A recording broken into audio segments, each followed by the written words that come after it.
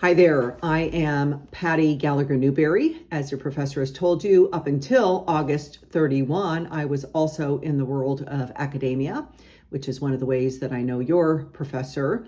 But I rejoined the world of journalism at the beginning of March of this year, and I'm now an enterprise reporter with the Cincinnati Enquirer. So I'm happy to talk to you about the profile that I wrote about George Wagner IV.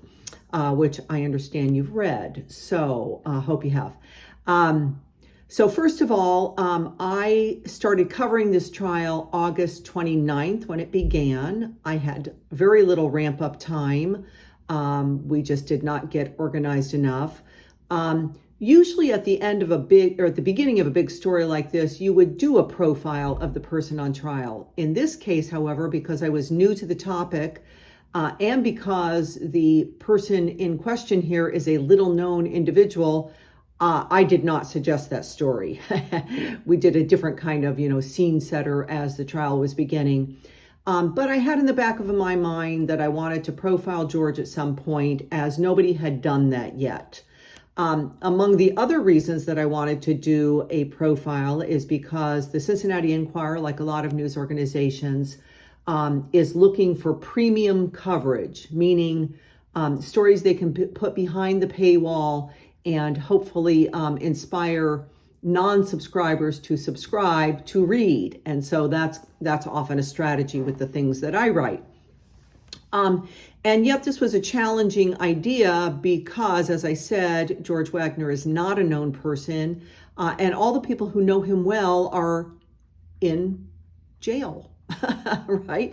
So I had to think about how I could report a story where I really had no fresh interviews. And so I used documents, and I understand over the course of the semester, you'll be looking at the use of public documents, which are absolutely critical to a court story. And of course, I used testimony from the first 5 weeks of the trial. What have people said about the defendant, George Wagner? And I use my observation, right? What did I see? What did I hear in the court that might kind of play in and help me create a portrait of him? So first I want to show you,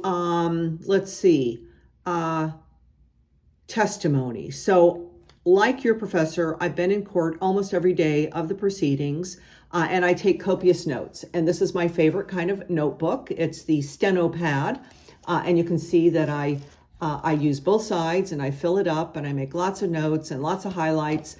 And for this particular story, I needed to tab everything. We've had something like 30 witnesses so far.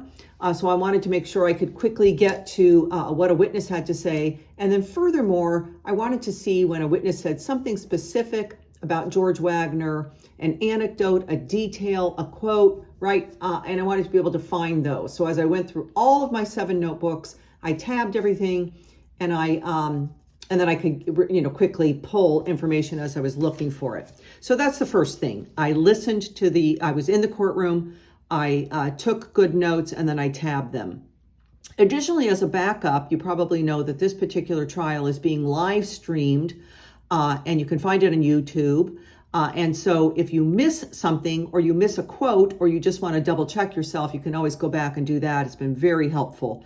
And then thirdly, we have archives, right? We have things that have already been written about the defendant and about the trial. And so those were really critical to me ramping up on the topic, and reference points as I move along on not only that profile, but anything I write.